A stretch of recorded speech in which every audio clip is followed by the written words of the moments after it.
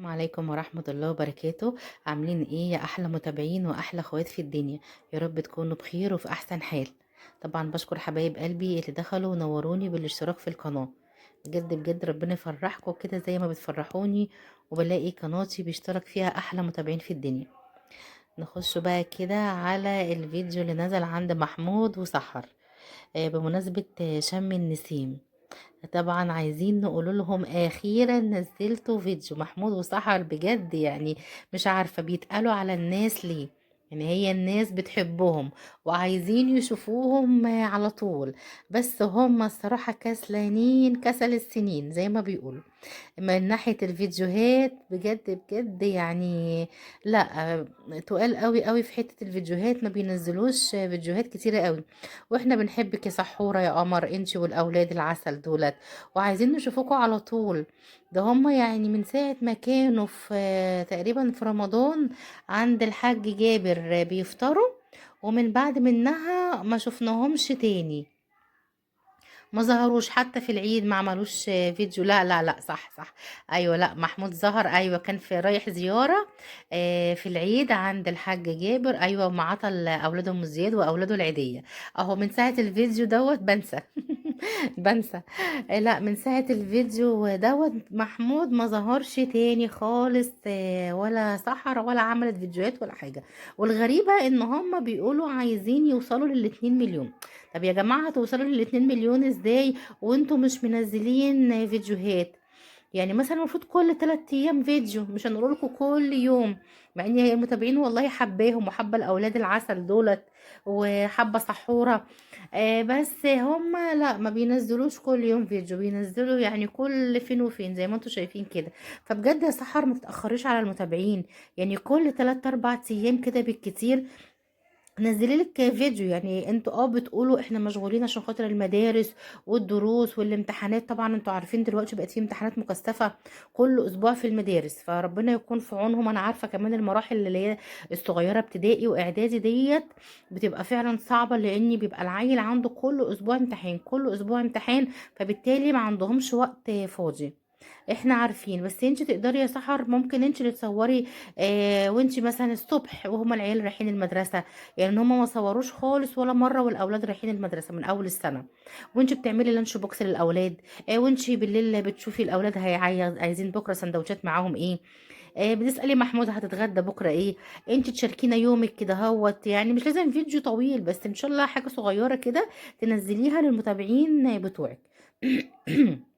طبعا هم كانوا النهارده بيحتفلوا بقى بشم النسيم، وكانوا حتى منزلين برضو فيديو شورتس كده هوت امبارح اللي سحر قاعده بتنظف الفسيخ وبتمصمص كده هوت الشوكه وبتشم الفسيخ كانها يعني زي ما يكون ايه مدمنه فسيخ. وهي طبعا سحر بتعشق بتعشق كده الفسيخ هي والاولاد. النهارده بقى نزلوا الفيديو كامل على القناه بتاعتهم. طبعا زي ما انتم شايفين كده اليوم الجميل دوت كانوا مقضيينه فوق السطوح، فسيخ بقى ورنجة وبطاطس بقى وكابوتشو، ما شاء الله اللهم بارك بالهنا والشفا يا رب على قلبكم. وبعد كده مسكوا السجاد غسلوه بقى زي ما انتم شايفين كده، غسله ايه، غسله محترمه. بس انا ما خدت بالي من حاجه. هما حتى بيقولوا اللي احنا نغسل المراجل الغسيل هيبقى السجاد تعب شويه علينا، عشان هنغسله بالفرشه هنغسله يدوي، المكنه مش موجوده. فمش عارفة ليه كده جه في بالي ان ممكن يكون محمود فتح مشروع اللي هو المغسلة. انتوا عارفين، عارفين في اللي هي المغسلة اللي بتبقى كبيرة كده وبتغسل السجاد والحاجات دي، اللي هي زي دار كلين كده هوت. مش عارفة لان المكنة كانوا سايبينها عندهم هم، لان المكنة ما ينفعش يتغسل بيها غير عندهم عشان هم اللي عندهم الفيلا. نهال كده كده شقة صغيرة مش هينفع تغسل فيها اصلا سجاد، اكيد بتودي بره دراي كلين يغسل لها السجاد. الحاجة نفس الحكاية برضو في شقة، برضو اكيد بيودوا السجاد يتغسل بره. فالمكنه راحت فين؟ المكنه كان اخر فيديو هم كانوا عاملينه كانوا بيغسلوا برضو فيه السجاد، كانوا بيغسلوه بالمكنه، كان لسه يعني من قريب مش من كتير. بيغسلوا بالمكنه. فالمكنه بقى دلوقتي مش موجوده، ومحمود كمان ما بقاش موجود على طول، وما بيبقاش موجود في البيت، وبيبقى في شغله والكلام ده كله. مش عارفه ليه كده جه في بالي، وانتوا برضو قولوا لي ايه رايكم في الكلام ده، ان ممكن يكون محمود ده فتح اللي هو زي دراي كلين كده هوت، او مغسله، واخد المكنه ديت معاه في المحل يعني اللي فتحه. فيا ريت والله بجد يكون فعلا عمل مشروع، عشان كده هو دوت اللي اخد بقى كل وقته، وما بيخلوهوش يعني يبقى يصور كتير على اليوتيوب. اللي يعني مرجح الرأي دوت كده معايا يقول لي في الفيديوهات ويقول لي ايه. وبرضو ظهر محمود كده بلوك، كنت عايزه اصوره لكم، بس نسيت احط لكم الصوره. نظر طلع برضو بلوك كده اللي هو مطول شعره ومطول دقنه. هي طالعه موضه بقى حته اللي هي الدقن الطويله ديت، ولوك الشعر الطويل، حاسه كده اللي هو برضو عايز يفلفله زي زياد. واللي هو زي زياد وزي محمد اللي هم مفلفلين كده شعرهم، اللي هو زي ما انتم شايفين شعر زياد كده بيكبروا ويقعد بقى يلولو ومش عارفه ايه. بيبقى متهيأ لهم كده اسهل في التسريح بقى، وانك تعملوا استشوار او تحطوا له جل او الكلام ده كله. يا دوبك تغسله وتسرحه وتهز راسك كده، خلاص الشعر كده بقى تسريحه حلوه قوي. فحسيت ان محمود ممكن يكون عايز برضو يعمل ايه اللوك دوت يعني. مش عارفين. بس عامة احنا بنقول لكم طبعا ربنا يختار لهم الاصلح واللي في الخير، واحنا حابينكم وحابين ان احنا نشوفكم على طول. واحنا فعلا بنضم صوتنا لصوتكم اللي انتوا توصلوا ل 2 مليون عشان تعملوا حفلة حلوة، عشان فعلا قناتكم محتاجة ان هي يتعمل كده فيها انتعاشة حفلة حلوة جميلة. وكانت كان يوميات محمد وآلاء كانت داخلين، مش عارفه بقى يا محمد يا آلاء، كانوا داخلين يعلقوا السحر ويقولوا لها احلى شم نسيم دوت ولا ايه. كانوا معلقين عندهم في القناه. يبقى معنى كده الحمد لله محمد وآلاء وسحر ومحمود كويسين مع بعضهم ومفيش اي مشاكل.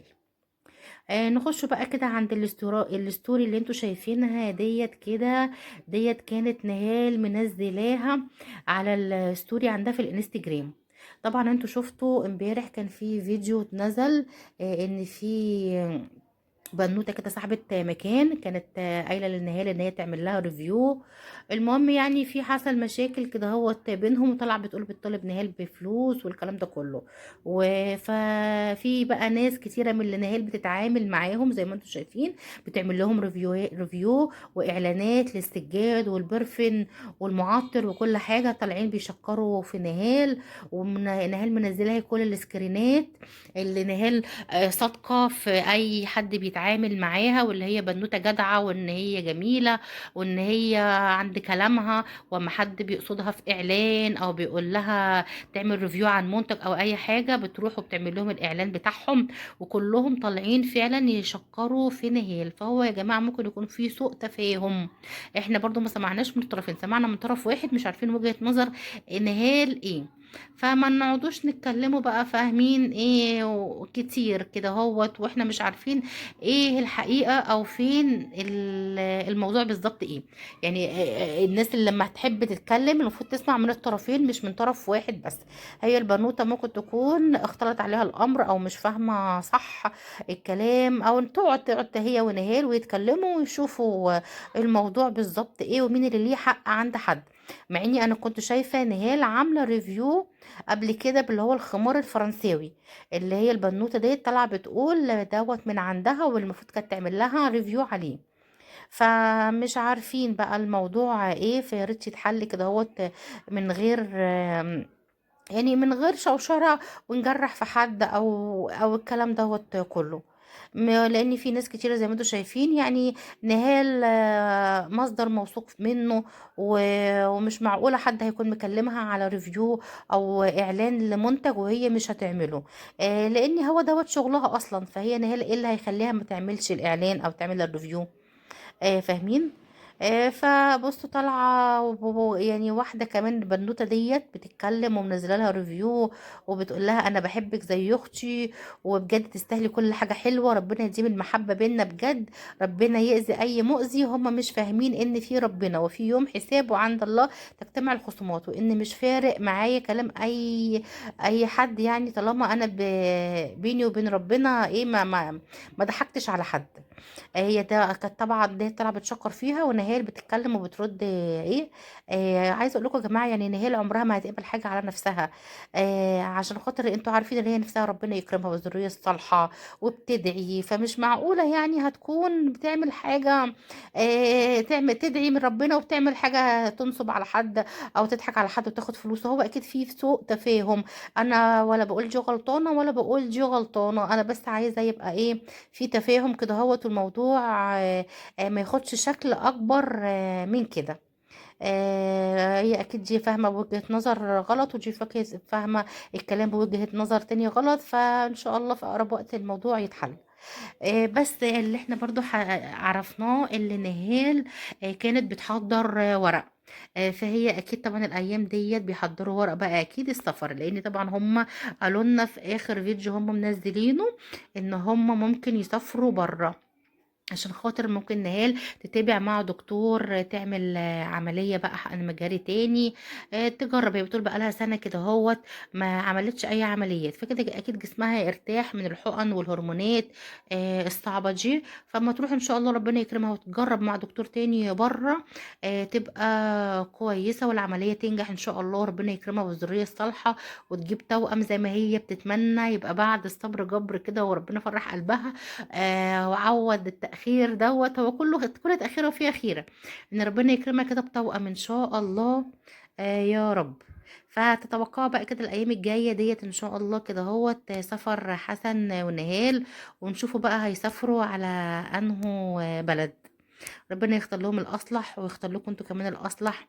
وبشكر طبعا كل حبايبي اللي دخلوا ونوروني في القناة بتاعتي بجد بجد ويا رب تفضلوا تدعموني كده هوت على طول باللايكات والاشتراكات.